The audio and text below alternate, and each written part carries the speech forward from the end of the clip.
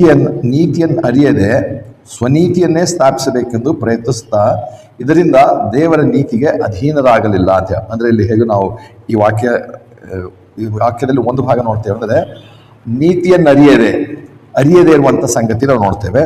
ಮತ್ತು ನಾವು ನೋಡುವಾಗ ಅದು ಮುಖ್ಯವಾಗಿ ರಕ್ಷಣೆಗೆ ಸುವಾರ್ತೆಗೆ ಸಂಬಂಧಪಟ್ಟಂಥದ್ದು.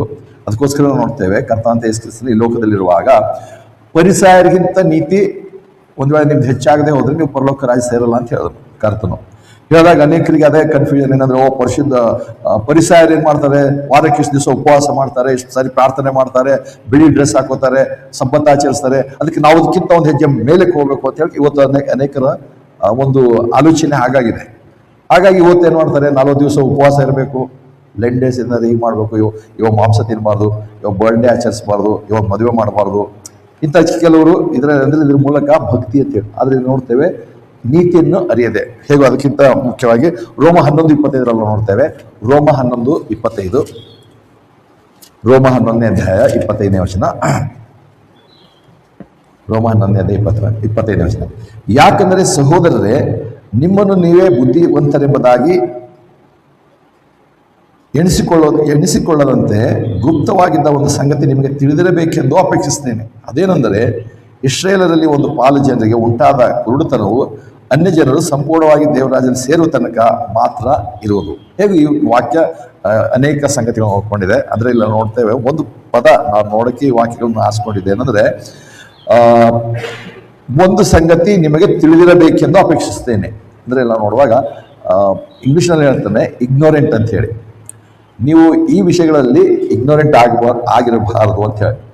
ಅಂದರೆ ಇವತ್ತೇನಾಗಿದೆ ಅಂದರೆ ಕ್ರಿಸ್ತ ವಿಶ್ವಾಸಿಗಳ ಒಂದು ಪಂಗಡದಲ್ಲಿ ಇಗ್ನೋರೆಂಟ್ ಬ್ರದರನ್ ಬಹಳ ಜನ ಇರುವಂಥದ್ದು ನೋಡ್ತೇವೆ. ರಕ್ಷಣೆ ಹೊಂದಿದ್ದಾರೆ ವಿಶ್ವಾಸಿಗಳಾದರೆ ಅನೇಕ ವಿಷಯಗಳಲ್ಲಿ ಇಗ್ನೋರೆಂಟ್ ಆಗಿದ್ದಾರೆ, ಬರೆದಿರುವಂಥ ವಿಷಯಗಳನ್ನೇ ತಿಳ್ಕೊಂಡಿಲ್ಲ. ಹಾಗೇ ರೀತಿಯಲ್ಲಿ ಇಗ್ನೋರೆಂಟ್ ಅನ್ನುವಾಗ ಅದನ್ನೇ 1 ಥೆಸಲೋನಿಕ 4ನೇ ಅಧ್ಯಾಯದಲ್ಲಿ ಕೂಡ ಅದನ್ನೇ ಹೇಳ್ತಾನೆ. 1 ಥೆಸಲೋನಿಕ 4ನೇ ಅಧ್ಯಾಯ, 1 ಥೆಸಲೋನಿಕದವರಿಗೆ 4ನೇ ಅಧ್ಯಾಯ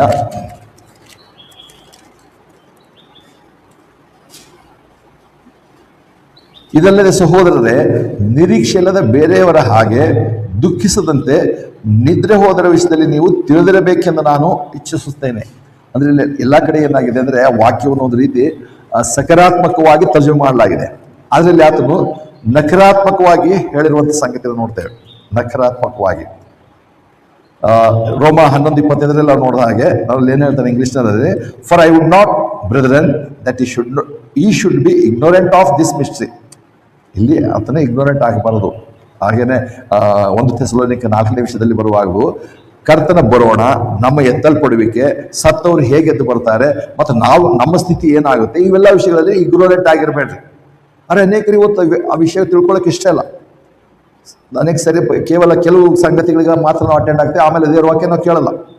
ದೇವ್ರ ವಾಕ್ಯದ ಬೋಧನೆ ಬೇಡ. ಹಾಗಿದ್ರೆ ನಮ್ಗೆ ಎಲ್ಲಿಂದ ನಮಗೆ ಎಂಥ ಸತ್ಯ ಅರ್ಥ ಆಗುತ್ತೆ? ಅದಕ್ಕೆ ಅನೇಕ ವಿಷಯಗಳು ಇಗ್ನೋರೆಂಟ್ ಆಗಿದ್ದೇವೆ. ಯಾವ ಇಗ್ನೋರೆಂಟ್ ಆಗಿದ್ದೇವೋ ಮತ್ತು ಬೇರೆಯವ್ರಿಗೆ ನಾವೇನು ತಿಳಿಸ್ತೇವೆ? ಅನೇಕ ವಿಷಯಗಳು ನಮಗೆ ಸರಿ ಗೊತ್ತಿಲ್ಲ, ನಾವು ಬೇರೆಯವ್ರಿಗೆ ಏನು ಸುವಾರ್ತೆ ಹೇಳ್ತೇವೆ? ಸುವಾರ್ತೆ ಏನಂತೇಳಿ ನಮ್ಗೆ ಗೊತ್ತಿದ್ರೆ, ಸುವಾರ್ತೆ ಏನಂತ ನಾವು ನಂಬಿದ್ರೆ ನಾವು ಬೇರೆಯವ್ರಿಗೆ ಸುವಾರ್ತೆ ಹೇಳ್ತೇವೆ. ನಾವೇ ಸ್ವತಃ ಏನು ನಂಬಿದ್ರೆ ನಮ್ಗೆ ಗೊತ್ತಿಲ್ಲ, ಬೇರೆಯವ್ರಿಗೆ ಏನು ಸುವಾರ್ತೆ ಹೇಳ್ತೇವೆ. ಅದಕ್ಕೆ ಏನಂತಂದರೆ ಇಗ್ನೋರೆಂಟ್ ಬ್ರದರ್ ಅಥವಾ ಅರಿಯದೇ ಇರುವಂಥ ಸಹೋದರರ ಗುಂಪು ಬಹಳ ಇದೆ. ಅನೇಕ ವಿಷಯಗಳು ನಮಗೆ ಇಷ್ಟು ಸಾಕು. ಅನೇಕರು ಹೇಳಿದ್ರೆ, ನಮಗೆ ಅವೆಲ್ಲ ಬೇಡ, ಯೇಸುವಿನ ಪ್ರೀತಿ ಸಾಕು, ನಾವು ಪ್ರೀತಿಯಲ್ಲಿ ಒಬ್ಬರ ಮೇಲೆ ಒಬ್ಬ ಪ್ರೀತಿ ನಡ್ಕೊಂಡ್ರೆ ಸಾಕು. ಪ್ರೀತಿ ಅದನ್ನೇ ಹೇಳ್ತಾರೆ, ಮುಖ್ಯವಾಗಿ ಪ್ರೀತಿ. ದೇವ್ರ ಲೋಕದ ಮೇಲೆ ಎಷ್ಟೋ ಪ್ರೀತಿ ನೋಡಿ ಪ್ರೀತಿ ಮಾಡಿದ್ರು ನಾವು ಪ್ರೀತಿ ಮಾಡಬೇಕು ಅಷ್ಟೇ. ಇದ್ರೆ ಬೈಬಲ್ ದೇವರ ವಾಕ್ಯ ಅಷ್ಟಕ್ಕೆ ಒಂದು ವಾಕ್ಯ ಕೊಟ್ಟು ಮುಗಿಸಾಗ್ತದೆ. ಬೈಬಲ್ ಬೇರೆ ವಾಕ್ಯಗಳನ್ನು ಬರೀತಾರೆ. ಬೇರೆ ವಾಕ್ಯಗಳನ್ನು ಅರಿಯಬೇಕಂತೇಳಿ 66 ಪುಸ್ತಕ ದೇವ್ರು ಕೊಟ್ಟಿದ್ದಾರೆ. ಕೇವಲ ಯಾವುದೋ ಒಂದು ಸಂಗತಿ ಆರಿಸ್ಕೊಂಡು ನಮಗೆ ಬೇಕಾಗಿದೆ, ಇದು ಮಾತ್ರವೇ ಬಹಳ ಇಂಪಾರ್ಟೆಂಟ್ ಅಂದರೆ ದೇವ್ರು ಕೊಟ್ಟಿರುವಂಥ ಆಲೋಚನೆ ನಾವು ಅಲ್ಲಗಳೆಯುತ್ತಿದ್ದೇವೆ. ಹಾಗಾಗಿ ಇಲ್ಲಿ ನಾವು ಸೈತಾನ ವಿಷಯಕ್ಕೆ ಬರುವಾಗ ನಾವು ಅನೇಕ ವಿಷಯಗಳಲ್ಲಿ ಇಗ್ನೋರೆಂಟ್ ಆಗಿರ್ಬೋದು, ಅರಿಯದೇ ಇರಬಾರ್ದು.